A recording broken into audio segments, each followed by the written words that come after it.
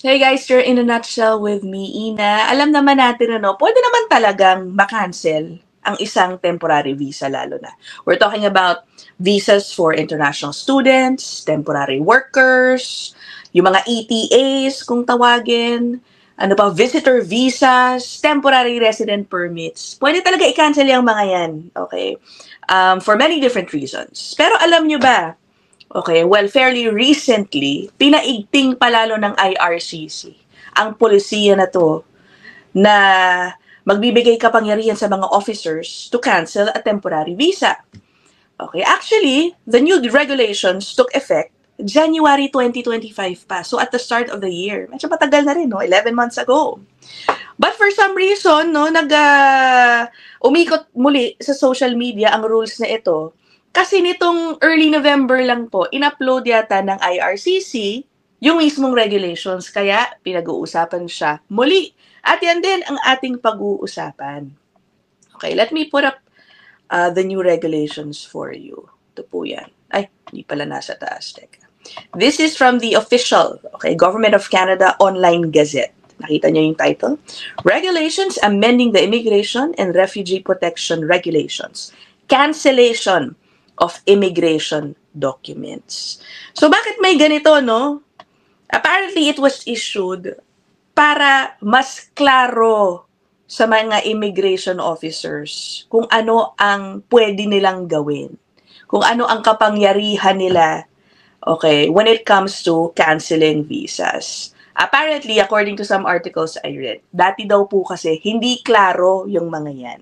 So ito talagang sinulat nila ng mabuti para hindi na magiging hesitant ang isang officer kung may pagdududa siya sa status ng isang tao, tapos may visa, i-cancel na yan. Dati raw kasi, dati raw kasi, in a way, they were hesitant because the rules were not clear. Okay, and of course, apart from that, bahagi na rin siguro ito ng tuluyang pagsistrengthen ng integrity ng immigration system dito, lalo na when it comes to temporary residents.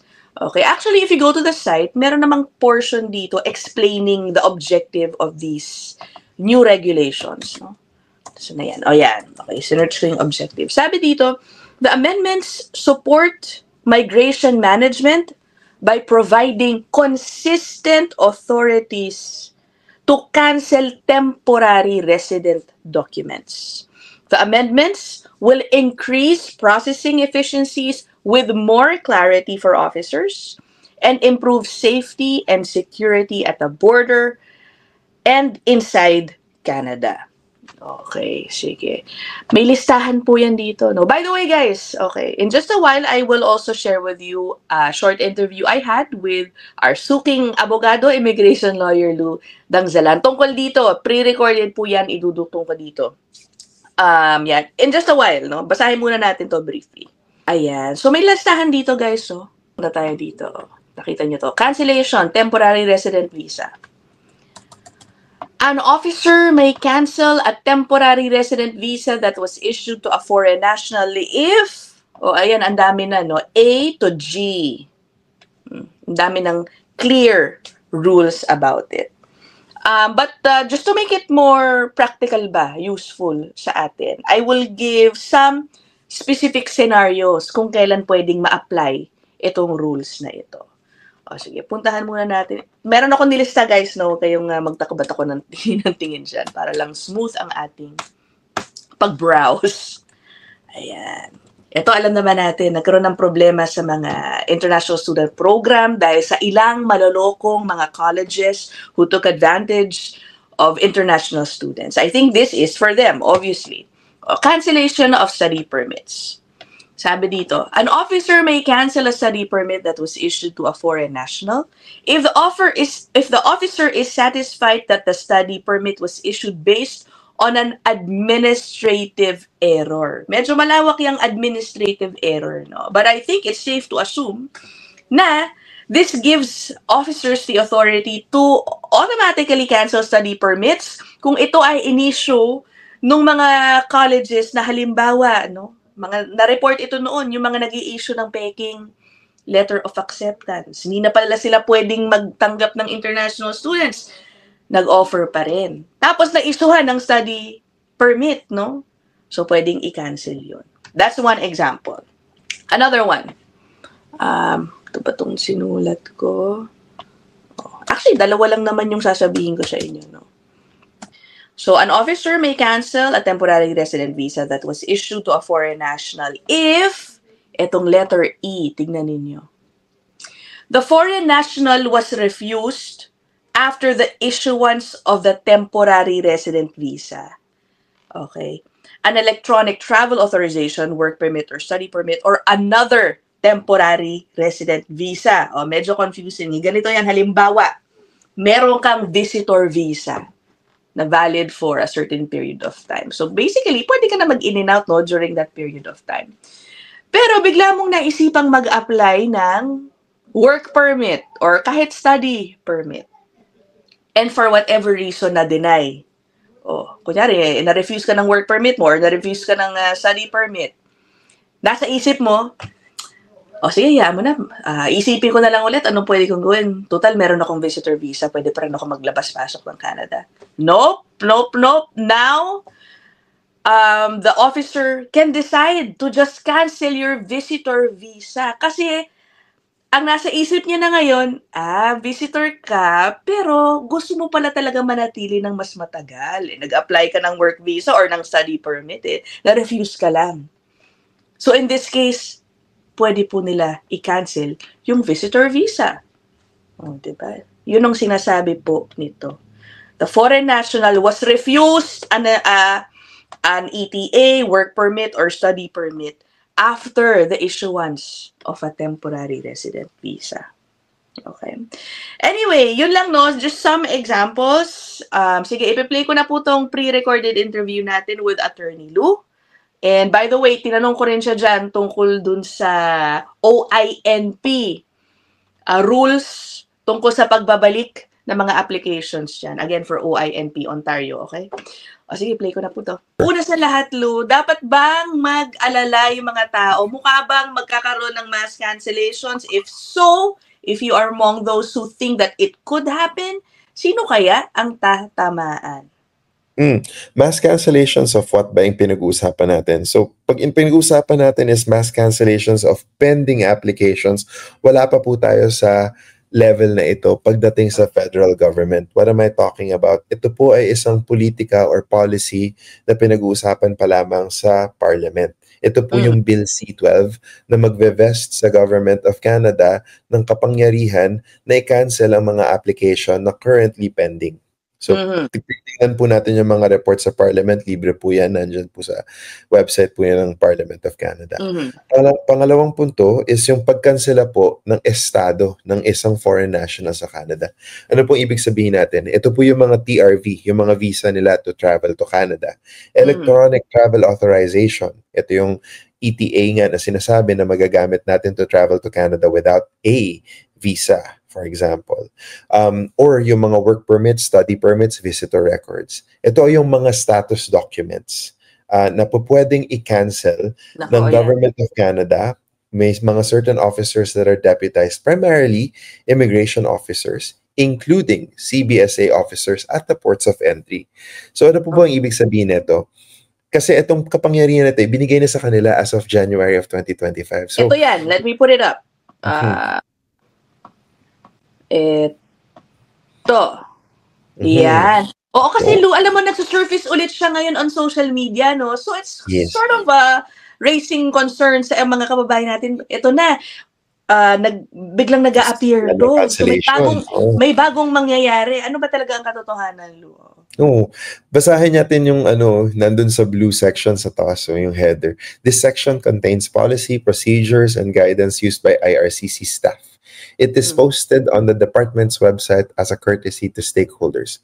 Nakalagay dyan, una, on January 31st, 2025, blah, blah, blah, blah, blah. Kung titignan ninyo, yung date of posting nito is November 4, 2025. So, ang tagal. Pero kasi itong mga bagay na ito, hindi naman kasi automatic na pinopost ng immigration, natagalan lang. Usually, hindi naman ganyan katagal bago nila i-post yan. Pero ito natagalan. Pero kung titignan ninyo itong announcement na to, pinapakita lang yung thought process, yung decision-making process, and yung justification and legal basis for canceling status documents or visas and travel authorizations to Canada. In Yeah. other words, wala pong bagong kapangyarihan na ibinigay. Ito po ay nag-exist na po since January of this year. Bagamat nadagdagan nga yung kapangyarihan ng mga officers since 2024. Pero yung announcement po na ito, hindi po ito bagong kapangyarihan. Nandun na po Okay. sa kanila yan since January pa po. Yan. So, on a case-to-case basis ito, hindi siya pwedeng Not i-apply in groups. Yeah. Correct. Yes. Tulad Bigyan ng natin ng- maaaring mangyari doon sa Bill C-12 kung Exactly. naipasa. Pero yun nga, yung distinction doon dito, Ina, is yung sa C-12 is cancellation of pending applications, potentially cancellation of existing visas for fraud. Yeah. Diba? Nag-surface din siya sa news nung isang araw. I think we talked about it as well. Yeah. Off-cam. Nakasulat dito, these instructions apply to immigration documents only. So, Yo. pag-cancel ng existing visas na ito and permits na na-issue na, not Correct. to applications. Lu, ano naman to? Sorry, Sige lang. bago ba talaga to? Yan. Kasi, etong sa OINP, no, I had a couple of episodes about this. They had an update and they posted it. Ito, no, October 31 nga lang. So, about a week ago. Halloween. Recent changes. Okay. This enables OINP to return applications in consideration of a variety of factors, which will allow the program to focus on applications that meet current market priorities. Ayun, no? In-amend yung at in-expand yung list of factors that may be taken into account kung sila ay magdedesisyon na ibalik ang application before a nomination is issued. Ayan. Ano ba, why do you think, ito yung pinag-usapan natin, wag na pala dahil ano, no, nabanggit natin dun sa earlier episode, yeah. So what is this? I mean, the way I see it is two things. And, you know, criticism ko na rin siguro to sa OINP is it's one of the most chaotic provincial nomination programs compared to other provinces. So, you know, just as a person who's like working in the field, I think OINP is like the biggest, but it's also the most chaotic pagdating sa mga PNP, you know, offerings out there. So it's to me, I see it as internal consolidation of like how you can actually go about canceling and returning an application. Sa immigration parlance, we call it an R10 return, at least at the federal level. Ibig sabihin, incomplete or may problema, may defective document, may missing signature. So, immigration kasi sa federal level, they basically have a list of like things na pwede nilang gamitin as a trigger to cancel the application and return it to the sender. Ganun yun. So sa Ontario, ang ginawa nila ngayon is kinonsolidate nila yan, yung listahan ng justifications and grounds. Ayan. Ang dami. Ito yan, no? Pero bukod dyan, yung interesting dito, yung number 1, the allocation of nomination spots provided by the Government of Canada. Yeah. Diba? Kasi itong allocation na to, paminsan, ginagawang carrot and stick din ng federal government depending on whose government, which political party is government of the day. So, dahil ginagawa nga nilang sometimes carrot and stick ito, hindi nagkakaroon ng policy stability sa loob ng OINP na biniblame sa kanila na ba't hindi pa kayo nagdodraw sa PNP. Diba? Ang tagal yan, diba? Kinikriticize yung mga PNP. Kasi nga, hindi sila makapag-draw dahil hindi nila alam kung ano yung allocation nila. So, yun yung language nung release. Very emphatic naman sila na magfa-focus kami sa current inventory. Okay. Tama naman talaga. Okay. So, if you are somebody, gawin natin mas practical yung yung discussion. If you are somebody who already filed an expression of interest sa OINP, or kahit ano bang program in relation dun sa isang policy na sinare natin kanina, ito, no? Right. What does this mean for me? Hindi pa ako nalo-draw. Wala pa akong invitation to apply sa anumang in-applyan kong, PR pathway. Should I be worried with all these things that I see on the internet now? Whew, we need to unpack that question, unfortunately. Kasi kung OINP ito, kung expression of interest, tandaan natin kung magsasubmit ka ng profile, hindi ibig sabihin nagsubmit ka ng application for nomination. Yes. Diba? So, pwede ba nila i-cancel yan? Well, technically, kung hindi ka nabigyan ng invitation, there is nothing to cancel. Diba? Yung profile mo naman, mag-auto-expire yan after a certain time. Pangalawang punto, kung meron kang application na pending for nomination, that's not a PR application. Diba? That is Okay. an application for nomination. And dito na nga tayo papasok within the powers na binibigay ng Ontario sa sarili niya. Okay. Na pwede ko ba i-cancel itong application for nomination for PNP? The answer is yes. Depende dun sa enumerated grounds na ginawa nga nila dun sa regulations. As regards naman dun sa policy ng immigration, should they be worried kung may pending application sila? Well, yes and no. So, yes, because technically, if they're doing it from inside Canada, they must be in status or must be in possession of some sort of status document. Kahit walang document yan, kahit stamp lang yan sa passport. Kahit nga, di ba minsan, hindi na nga sinastamp yung passport. Meron yun, virtual, nandun sa file. Pwede bang i-cancel to ng immigration ngayon? Yes. That's the answer there. So, kung worried ka about that, potential. And depende yon sa individual circumstance mo. Bibigyan kitang one example.